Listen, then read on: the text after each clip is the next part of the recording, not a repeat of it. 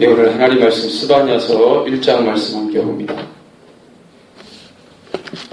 스바냐 1장입니다.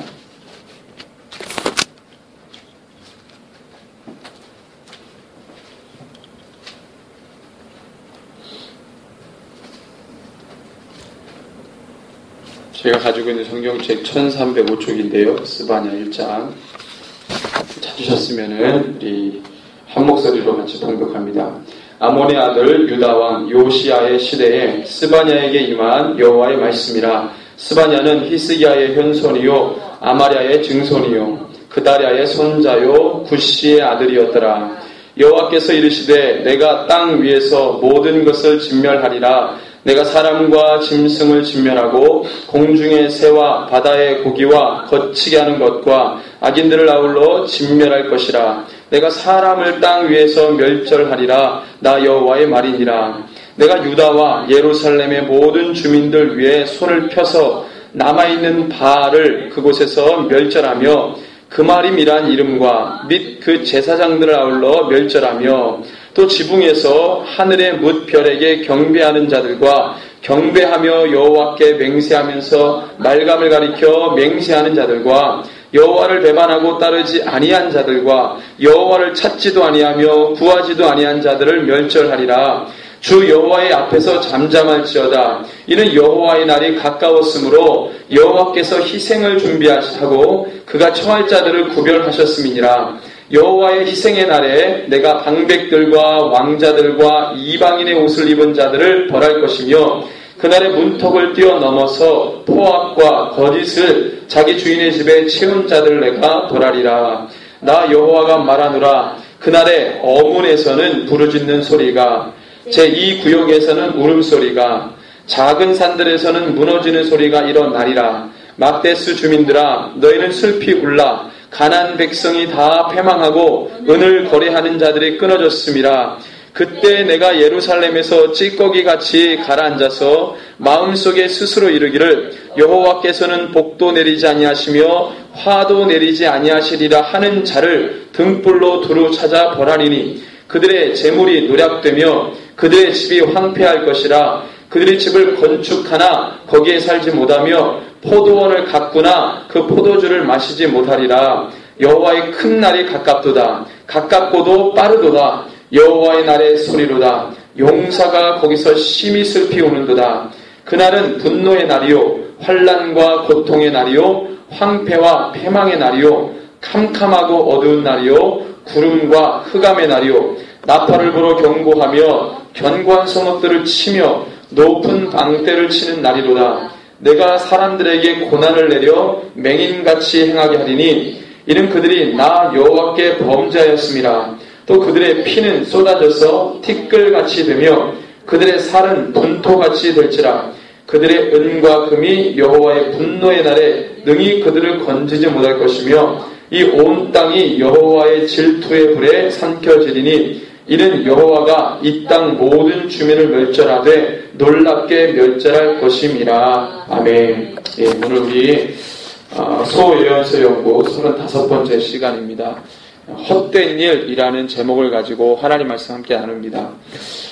오늘 이 말씀을 이렇게 나누기 전에 제가 간단하게 지금 우리가 소예언서를 함께 말씀을 보는데 순서가 있습니다.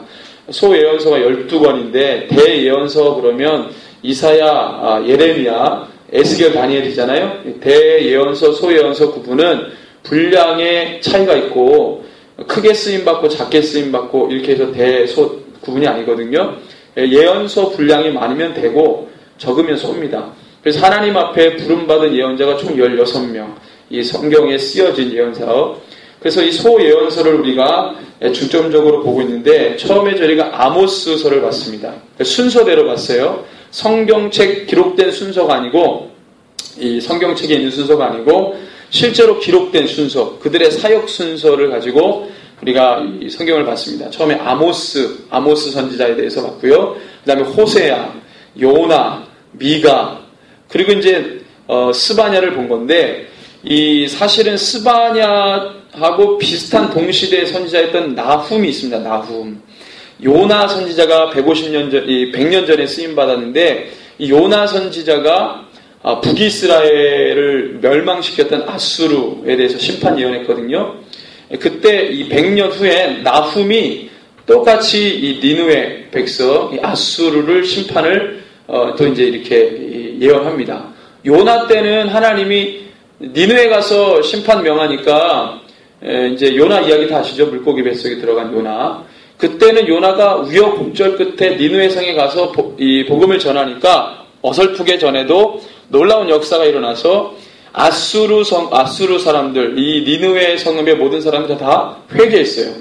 근데 100년 후가 지나서 나훔 때도 하나님께서 아수르 민족을 향해서 예언케 하셨는데 그때는 회복이 일어나지 않고 회개하지 않고 곧바로 하나님이 심판을 명하십니다. 아수르가 그만큼 포악해진 거예요. 그래서 이제 아수르.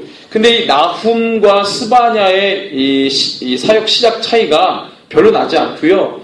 엄밀히 따지면 나훔, 스바냐, 그 다음에 예레미야입니다. 근데 이제 예레미야는 대선지자로 저희가 구분을 해서 했으니까 빼고 소요연서만 이야기하면 스바냐 다음에 하박국이에요. 그래서 남유다 멸망까지 보면은 하박국이 끝이고요. 그 다음에 나오는 요엘, 다음에 학개스가랴 말라기는 포로기 이후의 선지자입니다. 그러니까 갭이 엄청나게 시간 차이가 있는 거예요. 그 사이에는 선지자가 없습니다. 70년 동안 누가 있었냐면은 누가 있었죠? 포로기로 그 전에 끌려갔던 다니엘, 그죠? 다니엘이 포로기 동안에 제국에서 하나님께서 쓰셨고, 그 다음에 초기 포로기 때는 에스겔을 쓰셨고, 그죠? 근데 기억나시죠? 예레미야는 끌려갔다가 다시 애국으로 가서 거기서 이제 죽었으니까 초기니까 거기는 포로기 초기니까 그 포로기 때 계속 쓰임 받았던 사람은 다니엘밖에 없어요. 그리고 난 다음에 포로기한 때 학개스가랴 그렇게 쓰임 받았고 이후에는 말락입니다.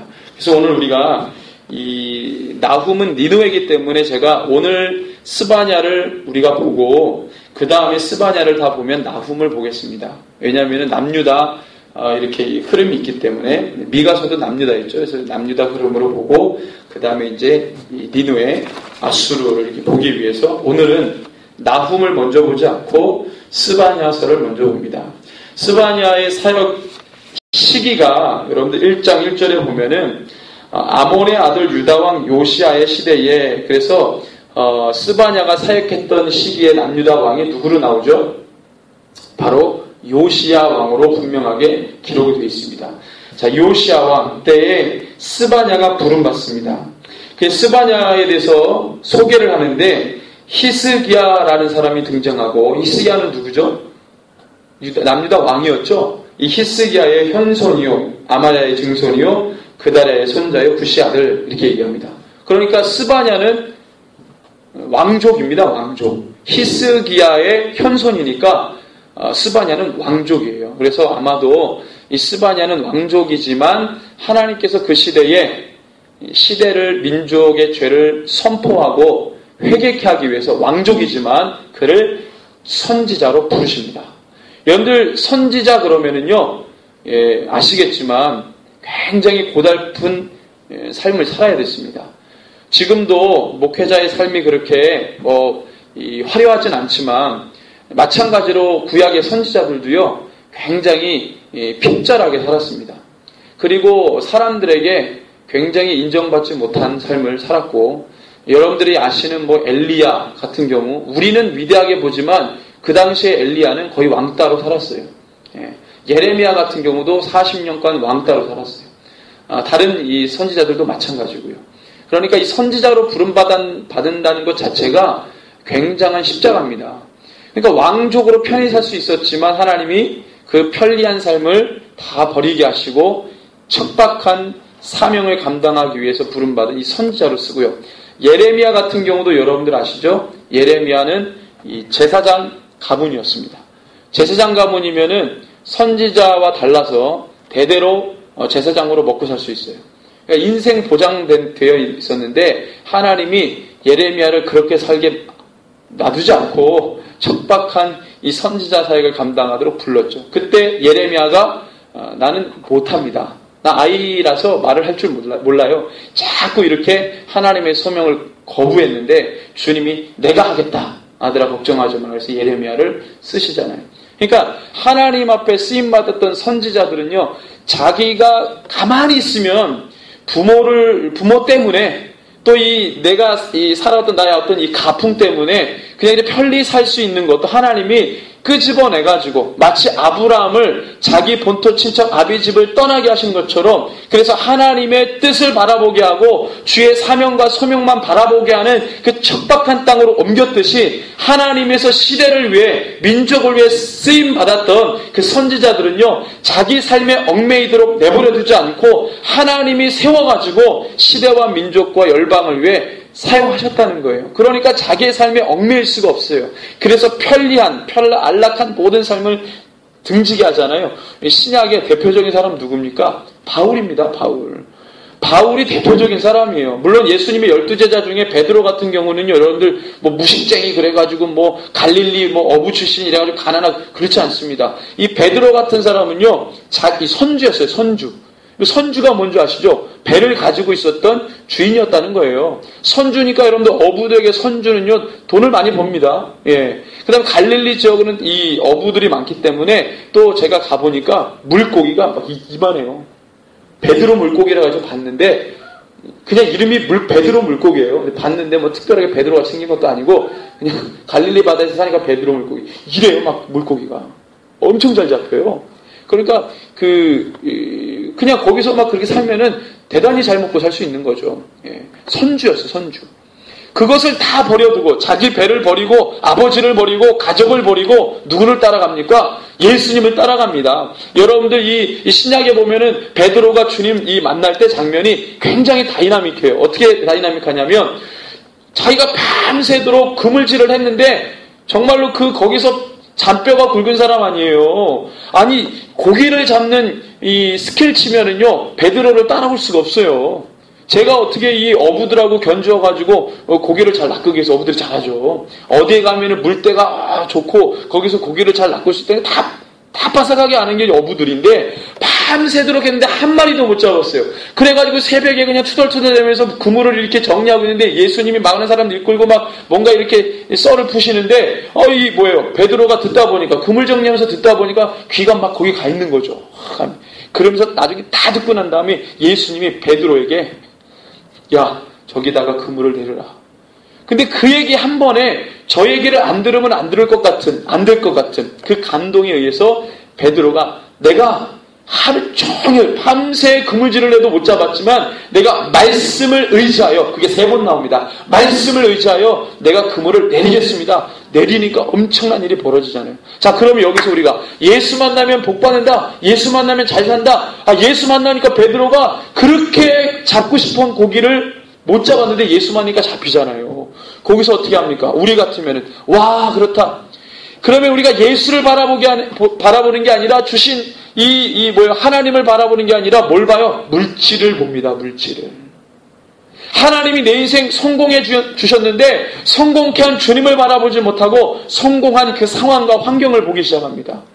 베드로가 만약에 그 상황에서 물고기를 봤다, 그것을 낳게 하신 주님을 바라보지 못하고 잡힌 물고기를 봤다, 그러면 예수님 따라갔겠어요? 아유, 감사합니다, 주님, 제가 그냥 몇 마리 드릴게요. 감사합니다. 아니면 예수님, 제가 너무 감사하니까 평생 먹을 거는 걱정 안 하도록 제가 물고기를 대드리겠습니다. 이 정도에서 끝났을 거예요. 그런데 그게 아니에요. 베드로가 그거를 보자마자 그것도 버려두고 주님을 따라갑니다. 그게 진짜 복이었거든요. 주신 주님을 바라보는 거예요. 그게 능력이었어요. 성도의 능력. 바울이 자기가 그냥 예수님 몰랐으면은요, 예수 믿는 사람 적당히 잡아 죽이고 그것 공으로 바리새인들과 종교 지도자들에게 능력 받아가지고 거기서 떵떵거리면서 얼마든지 영향력이면서 살 수 있는데, 뭐 하려고 예수님 만나가지고 지질이 얼마나 고생해서 나중에 순교당해서 죽습니다. 세상적인 관점에서 보면은 바울은 완전히 실패한 인생이에요. 하나님의 나라에서는 그렇지 않지만 완전히 가치가, 세상 가치, 하나님의 가치는 완전히 정반대인 것이죠. 여러분들, 그래서 주님께 부름받은 사람은요, 다 세상 것을 내어놓는 거예요. 하나님이 그렇게 하십니다. 그리고 그렇게 할 자를 주님이 뽑아 세우지, 그렇지 않은 사람은 여러분들 안 되는 거예요. 바로 선지자가 그런, 스바냐는요, 대단하게 부름받은 자죠. 왕족인데 선지자로 부름받았어요. 여러분들, 지금으로 치면은요, 왕족이라 그러면은요, 정치력이 자기 아버지도 정치인, 그 할아버지도 정치인, 나도 정치인. 수원에 보니까 이번에 보궐선거 보니까 그런 사람 하나 있대요. 자기 아버지도 정치인, 정치인. 그러니까 대대로 정치인이야. 그러면은요, 그 사람은 다른 당상이에요. 정치력이 한 9단 되는 것이죠. 그 사람은요, 국가에 대해서, 그런 식으로 가면은요, 거의 이렇게 좌우가 있으면 이념적으로 거의 이 우파 쪽에 있는 사람이고, 국가에 대해서 그렇게 힐난하게 비난하지 않습니다. 말하자면은, 자, 여러분 보십시오. 스바냐가 왕족인데, 지금 하나님께 부름받아가지고 선지자 노릇하는데, 남유다의 죄에 대해서 엄청나게 쏟아 부어야 돼요. 그 죄를. 이 왕들의 죄, 정치인들의 죄, 부자들의 죄, 낱낱이 다 하나님이 들춰냅니다. 자기가 왕족인데. 여러분들 이게 쉽지가 않아요. 자기가 살아온 환경이 있는데 그것을 다 버려야 되는 거예요. 다 버려야 하나님이 막대기로 쓰시는 거예요. 자기 거 그대로 가지고 있으면요, 이게 휘둘러도 능력이 안 나타납니다. 스바냐는 하나님께 부름받은 순간 자기의 모든 이력과 경력을 다 내려놓을 수밖에 없었어요. 왜냐하면 하나님이 이민족에게 가감없이 주시는 말씀을 그가 그대로 전했어야 되니까 거기에 자기 생각 하나만 들어가도 안 되는 거예요. 하나님께 부름받은 것이 쉬운 게 아닙니다. 자기 것을 다 내려놓지 않으면요, 자기 생각, 자기 가치관, 세계관 내려놓지 않으면요, 그거 온전히 할 수가 없는 거예요. 스바냐는 그렇게 부름받은 사람이었습니다. 그냥 대충 그냥 이렇게 정신없다가 그냥 하나님이 이렇게 쓱 불러 세운 게 아니에요.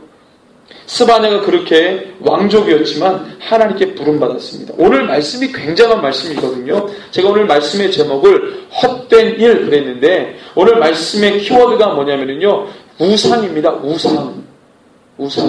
여러분, 우상은 헛된 일입니다. 헛된 일입니다. 아무런 유익도 주지 못하는 헛된 일이 바로 우상입니다. 오늘 말씀은 남유다에 찌들고 찌든 우상숭배. 이 우상숭배를 스바냐, 왕족인 스바냐 입을 통해서 계속해서 선포케 하는 거예요. 히스기야도요, 자기 현손 고조할아버지 이상되는 것이죠. 그 고조할아버지 이상되는 히스기야 왕이 여러분들 말년에는 완전히 하나님의 뜻을 저버렸잖아요. 그가 기도해가지고 이 13년을 더 15년을 더 살았는데 어떻게 됩니까? 말년에는 완전히 하나님을 여러분들 실망하게 만들었어요. 예. 그거부터 시작해가지고 하나님의 이 절절 끊는 이 마음을, 거룩한 마음을 이 스바냐 입을 통해서 계속 선포케 하십니다. 우상숭배. 이스라엘의 어떠한 왕도 산당이라고 한다면은요, 이 산에 이제 이 중앙성소라는 게 있습니다. 중앙성소가 어딘가요? 예루살렘이 중앙성소예요. 그래서 예루살렘에서만 제사를 드리도록 합니다. 중앙성소. 예루살렘에서만 하는데 그 전에 산에 가보니까요, 이런 산당이라는 게 있어가지고 이것은 바알 숭배가 유행하면 거의 다 바알 숭배를 해요. 경배를 하고, 그 다음에 어떤 왕이 그냥 이렇게 정신이 돌아와가지고 종교교육 해가지고 막 여호와를 막 그러면은요, 그 산당에 또 여호와를 믿는 걸로 하는 거예요. 그러니까 산당은 혼합주의 신앙의 이 진앙지였습니다. 진앙지. 혼합주의 신앙. 그냥 막 우상숭배의 제사를 드리기도 했고, 그다음에 여호와 하나님을 위한 제사도 드리기도 하고, 막 그런 어떤 이 아주 혼합주의 신앙의 진앙지가 바로 산당이었어요. 하나님은 왕들에게 이 산당 없앨 것을 그렇게 하나님이 원하십니다. 그런데 산당을 없애지 않아요. 자, 그래서 하나님께서 이 스바냐를 통해서 우상숭배에 대해서 그렇게 이 말씀을 하게 하시는데, 자, 우상숭배 역시 이 구약시대 때 우상숭배는 뭡니까? 여러분들 이 출애굽기 19장에 보면은 뭐가 나오죠? 10계명이 나옵니다. 10계명. 출애굽기 19장에 10계명이 나와요. 20장부터 나오죠. 10계명이. 출애굽기 19장에 불러가지고 20장에 보면은 10계명 나오는데, 그 다음에 신명기 6장에, 그 다음에 또 10계명이 나와요. 자, 여러분들 10계명 아시죠? 자, 1계명이 뭡니까? 1계명, 10계명의 1계명. 나 외에 다른 신을 섬기지 말라. 이게 1계명이에요. 나 외에 다른 신을 섬기지 말라는 거예요. 두 번째 계명이 뭐죠? 위로 하늘의 것, 땅의 것, 땅 안에 바다의 것에 어떠한 형상이든지 만들지 마라. 어떠한 형상이든지 만들지 말라는 게 두 번째였어요. 첫 번째가 나 외에 다른 신을 섬기지 말고, 두 번째는 우상 깎아 만들지 마라.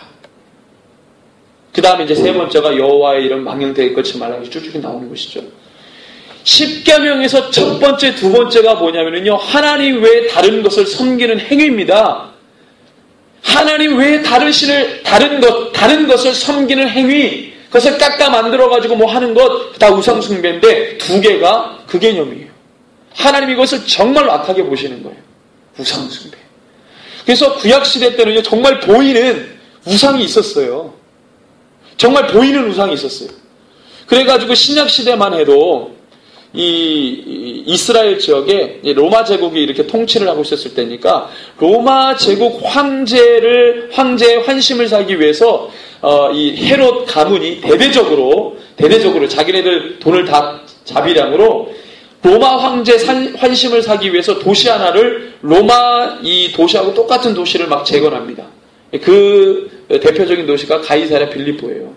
그 도시는 흡사판이 똑같습니다. 거기서 엄청난 이방 제사를 행하도록 하는 거예요. 오늘날 우리나라로 말하면은요, 차이나타운이죠. 차이나타운. 인천의 차이나타운. 이스라엘에 로마 사람들이 거주하는 타운을 만들어 준 거예요. 그게 가이사랴 빌립보입니다. 그러니까 이 로마 사람들이 와서 살려면 로마 사람들이 살았던 이 건축, 양식, 그들이 하는 모든 문화, 시설, 이런 거 다 갖다 똑같이 만들어 놓은 거예요.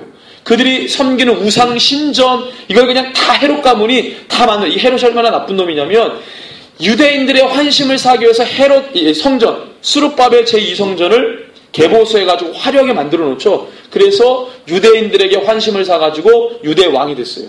그 다음에 로마의 환심을 사기 위해서 로마 사람들이 좋아하는 이 로마형 도시를, 계획 도시를 만듭니다. 그래서 환심을 사죠. 그래서 그 도시에 가면은요, 완전히 다 로마예요, 로마. 그러니까 보이는 우상이 있었어요. 가면은 우상 신전, 이 우상이 어떻게 생겼는지 그 우상 모습들 다 형상이 있는 거예요. 실제로 고린도전서 말씀에 보면은요, 바울이 계속 이야기합니다. 우상 숭배에 대해서. 우상에게 드린 제물을 먹지 마라. 우상 숭배하지 마라. 계속 이야기합니다. 고린도 교회 교인들을 향해서도 계속 얘기하잖아요. 그 당시에는 정말로 보이는 우상에게 사람들이 가서 우상 신전에서 절하고 섬기고 경배하고 그것을 막 원했어요. 그 다음에 우상 깎아 만들어서 파는 사람들 장사가 얼마나 잘 됐는지 말도 못합니다. 상인들은요, 우상 하나를 다 쥐고 다녔어요. 아브람 같은 경우는 그 아버지가 누굽니까? 데라잖아요, 데라. 아버지 데라가 뭐였어요? 갈대아 우르에서 뭐였죠? 우상 깎아 만드는 일을 했어요. 왜 그랬냐면 지금은 그 걸프만인데, 그 쿠웨이트 내륙 지방인데, 지금은 거기가 육지지만 아브라함이 살았을 때는 거기가 해안 도시였어요. 해안 도시. 그러니까 상인들이 그쪽으로 오면은요, 우르라고 하는 종교적 도시, 상업적 도시에서 이 상거래를 하고요, 거기서 자기가 이렇게 우상을 가지고 다니는데, 상인들이니까 보호해달라고 그 우상을 막 만지다 보니까 이게 다 다른 거예요. 그래가지고 그 집에 가가지고 새 걸로 만들어주세요. 그래가지고 그게 얼마나 장사가 잘 되겠어요. 이 상인들이 왔다 갔다 하니까 그거 했던 거예요. 장사가 잘 됐어요. 실제로 사람들이 부적, 우상 이걸 다 가지고 다녔죠. 야곱이 삼촌 라반의 집에서 올 때 그 아내가 뭘 숨겨갖고 오죠? 라헬이 자기 아버지의 드라빔을 숨겨갖고 옵니다. 이 드라빔이 뭐예요? 집안을 지켜주는 가신입니다. 가신. 이게 있으면 이 드라빔이라는 이 가신이 우리를 지켜준다. 그래가지고 몰래 라헬이 자기 아버지 집에 있는 이 드라빔을 몰래 숨겨서 가져올 만큼 여러분들 우상 숭배가 얼마나 강력했는지 몰라요. 창세기 35장에 보면은요, 이 야곱이 하나님 앞에 이 베델로 다시 올라가가지고요, 완전히 회개하는 장면이 나오는데, 그때 야곱이 뭐라 그러냐면, 야, 우리 집에 있는 모든 우상들을 다 버려라. 그렇게 나옵니다. 창세기 35장에. 그걸 엘 베델 사건이라고 그러는데, 자기 집안에 있는 모든 우상, 이 드라빔 이런 걸 다 버리라 그래요. 종들이 가지고 있는 것도 싹 다. 이 전통이 몇천 년을 갑니다. 몇천 년을. 하여튼 우상을 얼마나 들고 다니는지 섬기는지 말도 못해요. 이미 박힌 거예요. 우상이. 사단이 저마다 보이지 않는 하나님을 섬겨야 되는 이 민족이요, 보이는 모든 신에 다 미쳐가지고 그걸 다 쥐고 다니는 거예요. 이게 나를 우리 지켜주겠다. 하나님께서 이것을 얼마나 경계하는지 모릅니다. 그래서 모세에게 10계명 줄 때 처음의 계명이 나 외에 다른 신을 섬기지 말고, 두 번째 어떤 형상이든지 깎아 만들지 마라. 이 우상입니다. 오늘 말씀에 보니까 발이라는 우상이 나오고요, 그마림이라는 이름과 말감이라는 이름이 나옵니다. 이게 다 뭐냐면 이 모압 신들이거든요. 말감이라는 것은 밀곰 해가지고요, 인신제사들이고, 그 다음에 이제 이런 형상이 있는데, 지금도 이거 숭배하는 사람이 있어요. 올빼미 형상 해가지고요, 지금도 고대신 해가지고 섬기는 사람들이 있어요. 올빼미 형상. 여러분들 잘 모르시겠지만, 제가 이제 청년들 미디어 강의할 때, 우리나라 K-팝 그룹들 보면은요, 뮤직비디오 찍을 때 제일 많이 나오는 게 피라미드하고 이 올빼미 형상 뭐 이런 거예요. 그걸 다 이게 심벌 마크거든요. 그걸 실제로 섬기는 집단들이 있어요. 고대 이 종교를 섬기는 집단들이 굉장히 많습니다.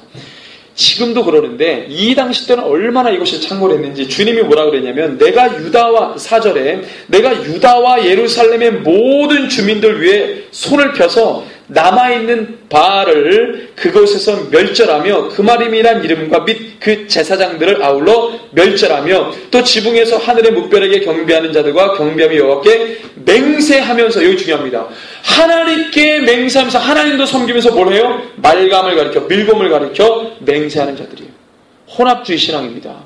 하나님을 섬기면서 여호와 이름을 부르면서 어떻게 또 우상 숭배. 여러분들, 이게 지금만 있는 게 아니라, 혼합주의 신앙이, 다원주의 신앙이 지금만 있는 게 아니라 이 시대에도 있었어요. 이 시대는 더 했습니다. 민족이 서로 전쟁을 하면은요, 얼마나 다원주의 사상이 심했는지, 이 A라는 민족과 B라는 민족이 싸우면은요, A라는 민족을 지키는 수호신이 있고 B라는 민족이 지키는 수호신인데, 서로 전쟁에서 A가 이겼어요. 그럼 B가 어떻게 생각하냐면, 우리 신이 가짜구나. 그래가지고 A를 이렇게 섬기는 게 아니라, 우리 신이 약하구나. 니네 신 강해. 그리고 인정해버려요. 이게 얼마나 큰 다원주의 사상인지 몰라요. 자기 신이 약한 것을 인정하고 네 신이 강하다는 걸 인정해요. 그러니까 이 신을 버리지 않는 거예요. 야훼 신이 아무리 능력을 행해도요, 바알을 믿는 사람들이 돌이키지 않는 거는, 니네 신이 강하구나. 인정해줘요. 그럼 자기 신을 버려야 되잖아요. 우리 신이 이거 아니네, 가짜네, 이래 나와야 되는데, 우리 신이 약하구나. 니네 신이 대장. 그리고 이렇게 인정해버려요. 이게 얼마나 큰 다원주의 사상인지 몰라요. 고대시대 때 이미 그게 사단이 판을 딱 짜놓은 거예요. 강력합니다. 그러니까 그 당시에는 전도를 해도 믿지 않죠. 그러니까 하나님이 이스라엘이 지금처럼 전도를 해서 돌아오는 그런 게 아니라, 정말로 이 여리고성의 라합과 같은 사람은 진짜 이거 정말로 이 별로 없는 사람이고, 사사기 시대 때 이 룻과 같은 여인은요, 정말 없는 사람이에요. 전도를 해서 오는 그 시절이 아니었다니까요. 그때는 자기가 믿는 신이 있는데 너 신이 강하고 내 신이 약한 것뿐이야. 라합처럼 자기의 여리고성을 지키는 신을 버리고 야훼 신을 믿고, 또는 룻처럼 자기가 모압 여자인데 모압이 믿었던 밀곰 신을 버리고 우리 시어머니 나오미의 신 야훼 신을 따라간다는 거는 정말로 이 하늘이 바뀌는 역사예요. 그거는 엄청난 역사입니다. 대단한 여인들이에요. 그러니까 예수님 족보에 들어가지. 하나님께서 이 우상 바알이라든가 그마림, 이 말감 같은 거를요, 하나님이 계속 남유다에게, 다른 이방 민족도 아니고 남유다 백성들이 여호와 신을 섬기면서 이런 이 신을, 세상 신을 섬겼다는 거예요. 여러분들, 이 호세아 같은 데 보면은요, 이 부정한 여인, 그죠? 음란한 여인에 대해서 이야기합니다. 그게 뭐예요? 야훼 하나님만을 섬겨야 되는 이 민족이 음란에 빠졌다는 거예요. 음란해요. 그러니까 뭐예요? 우상 숭배하는 거예요. 남편이 둘인 거예요. 여러분들, 마지막 날에 하나님께서 신부를 부르시는데, 그 신부가 여러분들 이 남편 두 주인을 섬겼다. 두 남편을 섬겼다. 어떻게 이 신랑이 그 아내를 맞이하겠어요? 맞이할 수 없죠. 그래서 우리가 거룩한 신부로 준비하고 단장되지 않으면 신랑을 맞이할 수가 없는 거예요. 이것이 하나님의 이 성경 안에 흐르는 역사입니다. 우상숭배, 음란해요. 자, 그래서 6절에 보니까 여호와를 배반하고 따르지 아니한 자들과 여호와를 찾지도 아니하며 구하지도 아니한 자들을 멸절한대요. 여호와를 찾지도 않냐며 구하지도 않는 것, 그냥 사람을 죽였다거나 우상숭배한 죄만 죄가 아니고 하나님을 찾지도 않고 구하지도 않은 자들까지도 멸절의 대상입니다. 하나님은 그들도 죄인이라고 본 거예요. 야훼 하나님을 섬긴다고 말하지만 전혀 하나님을 찾지도 구하지도 않아요. 여러분들, 이 사무엘이라는 사람이 사울왕이 이 이스라엘의 왕이 되기 전에 사무엘이요, 이 이스라엘을 지도했던 지도자 아니었습니까? 그가 얼마나 거룩한 영성을 가졌냐면, 여러분들, 자기가 기도를 쉬는 죄라고 말합니다. 기도 쉬는 죄. 그것이 죄래요. 기도를 쉬는 것이 죄라는 거예요. 성도의 죄에 대한 감각은 이 정도 돼야 되는 거예요. 기도를 쉬면 죄구나. 사람을 어떻게 이렇게 해코지했다, 이것만이 죄가 아니라 하나님 앞에 해야 될 본분을 못했을 때 그게 죄라는 겁니다. 오늘 말씀에 주님께서 말씀하세요. 그 다음에 7절의 말씀에 보니까요, 주 여호와 앞에서 잠잠할지어다. 이는 여호와의 날이 가까웠으므로 여호와께서 희생을 준비하고 그가 청할 자들을 구별하셨습니다. 여호와의 희생의 날에 내가 방백들과 왕자들과 이방인의 옷을 입은 자들을 벌할 것이며 그날의 문턱을 뛰어넘어서 포악과 거짓을 자기 주인의 집에 채운 자들을 내가 벌하리라. 이렇게 개역개정이 이야기를 하는데, 제가 이걸 세 번역으로 이 부분만 좀 말씀을 읽어드릴게요. 7절, 8절, 9절 세 번역입니다. 주님께서 심판하시는 날이 다가왔으니 주 하나님 앞에서 입을 다물어라. 주님께서는 재물을 잡아 놓으시고서 재물 먹을 사람들을 부르셔서 성결하게 하셨다. 나 주가 재물을 잡는 날이 온다. 내가 대신들과 왕자들과 이방인의 옷을 입은 자들을 벌하겠다. 그날이 오면 문지방을 건너뛰는 자들을 벌하겠다. 폭력과 속임수를 써서 주인의 집을 가득 채운 자들을 내가 벌하겠다. 그렇게 말해요. 그래서 희생이라고 하는 것이 그냥 주님이 우리 예배하게 했나? 그게 아니고요. 주님이 이 번제의 의미가 뭐라고 그랬죠? 주님 앞에 내가 이 약속을 지키지 못할 때는 내가 지금 쪼갠 이 고기처럼 어떻게 된다는 거예요? 내가 죽는다는 거예요. 내 목숨을 담보로 주니까 약속한 게 번제의 의미입니다. 내가 너희들을 놓고 희생을 준비했다는 것은 너희들 지금 꼼짝 마라. 이거 언약 깨지면 니네들이 이렇게 죽는다고 말씀하시는 거예요. 그래서 이 7, 8, 9절은요. 죄를 짓는 자들을 성결하기 위한 하나님의 이 애끓는 가슴이면서 경고의 말씀입니다. 돌아오자면 쪼갠다는 거예요. 멸절한다는 거예요. 이게 그냥 막 예배드리겠나? 이런 게 아닙니다.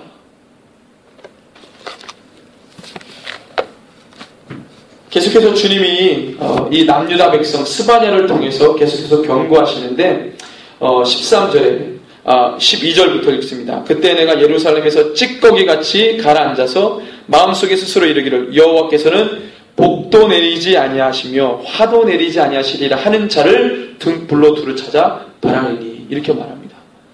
주님에 대해서 어떤 오해를 갖고 있냐면, 주님을 경험하지 못한 사람은 그분을 복도 내리지 않고요, 주님을 경험하지 못한 사람은 그분은 화도 내리지 않는 아무것도 할 줄 모르는 신으로 생각합니다. 그런 자를 어떻게 한다고요? 등불로 두루 찾아 벌한다는 거예요. 후레쉬를 비춰가지고 구석에 있는 거 다 찾아내가지고 멸절하겠다는 거예요. 숨어있는 자들 다 찾아내서 내가 벌하겠다는 겁니다. 주님을 우리가 마지막 때, 제가 몇 번 이런 설교를 했는데, 마지막 때는 입술을 조심해야 돼요. 함부로 내가 주님 앞에 말 잘못했다가 이건 사함받지 못한 죄를 저지를 수 있습니다. 이게 엄청난 거거든요. 자, 보십시오. 보이는 우상을 주님이 계속 멸절하겠다고 했는데 그것만 단죄하는 것이 아니라 그 우상 숭배하는 자들의 습성과 삶의 모든 모습과 모양을 주님이 함께 심판하시는 거예요.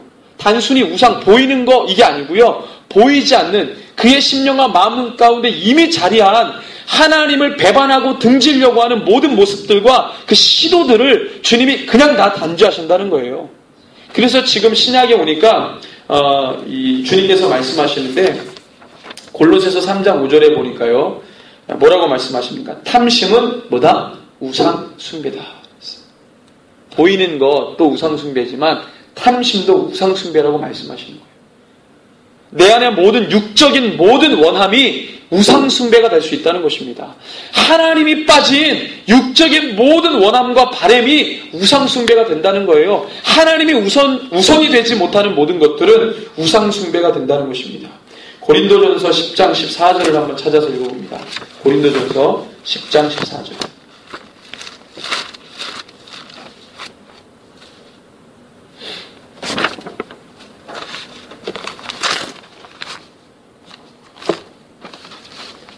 예, 같이 읽습니다. 그런즉 내 사랑하는 자들아 우상 숭배하는 일을 피하라. 아멘. 뭐라고 불러요? 내 사랑하는 자들아 라고 부르십니다. 주님이 우리를 부르실 때 얘들아가도 아니고요. 내 사랑하는 자들아, 내 사랑하는 자들아 우상 숭배 일을 피해라. 여러분들 이것을 잘못 생각하셔가지고요. 법당에 있는데 침 한 번 뱉고 욕 한 번 하고 이렇게 지나가는 거.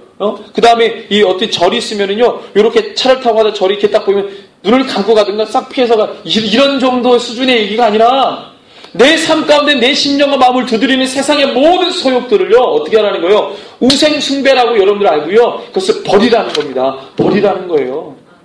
이게 바로 이 마지막 시대, 얼마나 살기 좋은 시대 됐습니까? 사람들이 정말로 이 좋은 시대 때요, 돈이 있으면 막 누리고 살 수 있는, 얼마든지 그럴 수 있는 시대가 됐잖아요. 편리한 시대, 안락한 시대, 얼마나 편안한 시대가 됐습니까? 많은 좋은 것들이 나오고 누릴 수 있는 시대 때 오히려 더 경계해야 될 필요가 있습니다. 오히려 더. 지금은 절제가 가장 큰 성령의 능력이에요. 절제가. 절제. 갈라디아서 5장 20절을 한번 볼까요? 갈라디아서 5장 20절.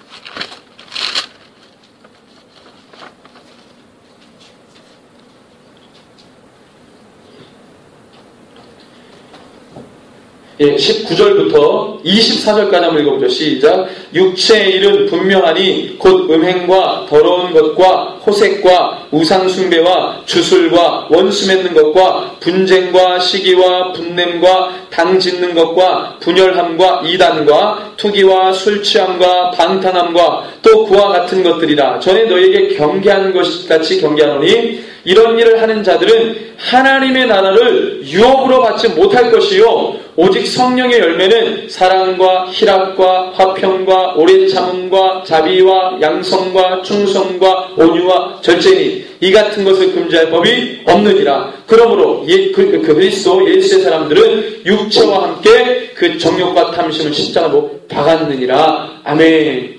분명히 이 바울이 이야기합니다. 하나님의 나라를 유업으로 받지 못하는 그 모든 죄의 목록들을 낱낱이 바울이 이야기를 하고 있어요. 그 중에 20절에 우상숭배. 반드시 하나님의 나라 유업으로 받지 못합니다. 내 마음 가운데 세상 것들을 가득 차여놓으면요, 아까 이 스바냐 1장에 나와 있는 것처럼 여호와 이름을 부르면서 밀곰을 함께 부릅니다. 혼합주의 세상. 내 속에 세상과 주님을 함께 담아두는 거예요. 그리스도와 벨리알이 좋아할 수 없다 그랬습니다. 거룩한 것과 더러운 것이 함께 공존할 수 없어요. 하나님의 성전이라고 말하는 우리 안에 세상 것을 집어넣으면 그건 성전이 아니라 쓰레기장이 되는 것입니다. 성령이 거하실 수가 없는 거예요. 고린도후서 6장 16절 마지막으로 한번 찾아봅니다. 고린도후서 6장 16절.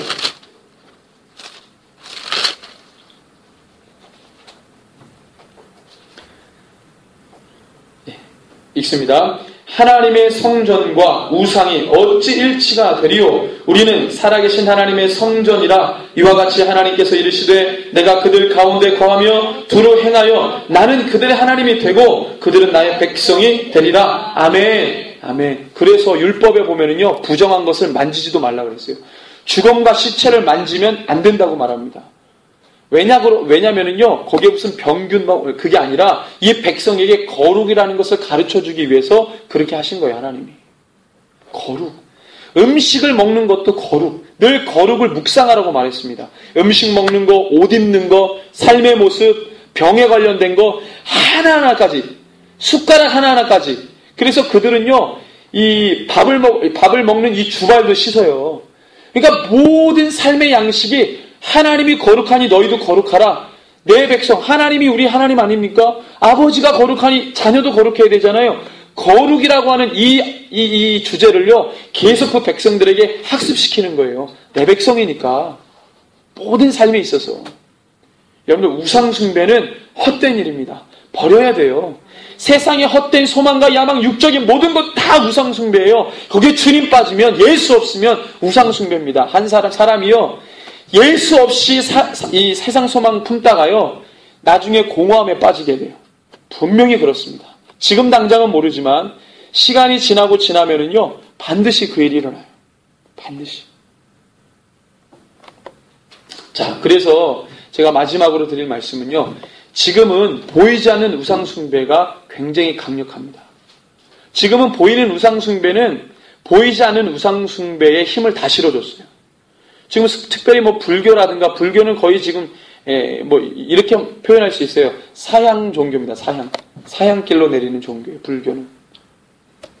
지금 가장 부흥하는 이 힌두교, 기독교, 불교, 힌두교, 이 네 가지 대종교라고 말하는데, 이 대종교 중에서 가장 부흥하는 종교가 이슬람입니다. 이슬람.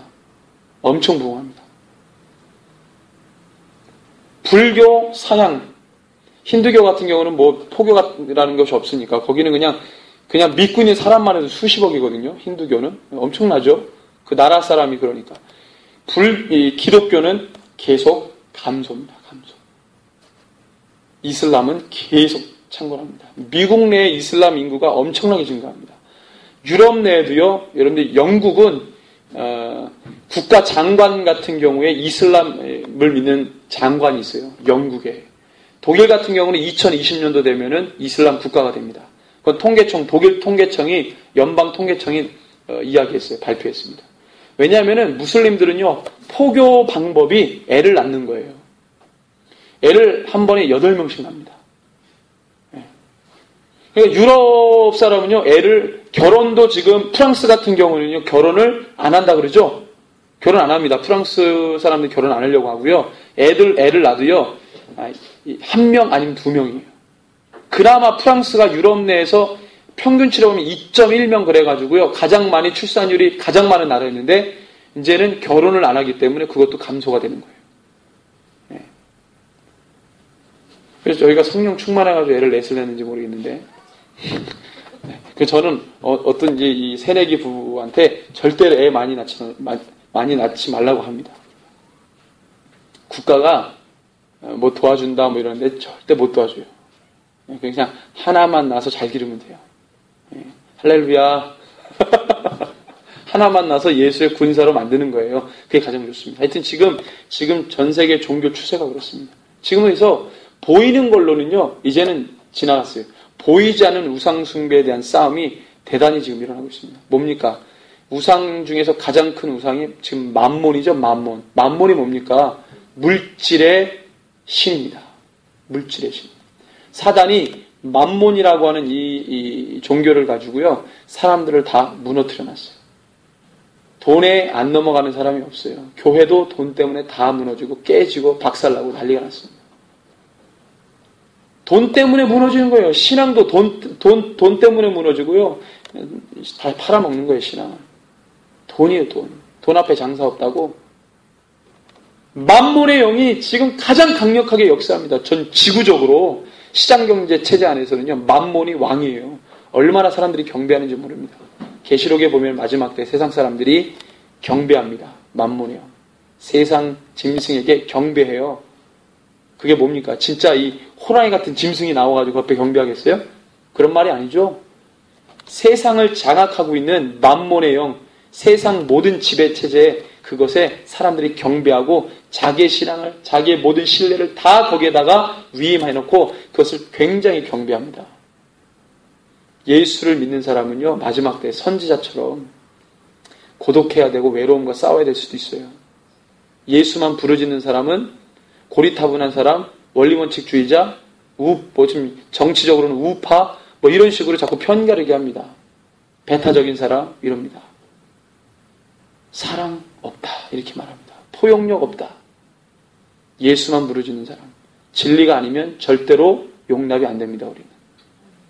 사랑이라고 다 품지 않습니다. 사랑이라고 다 품을 것 같으면 예수님이 죽으실 필요가 있어요, 없어요? 없죠.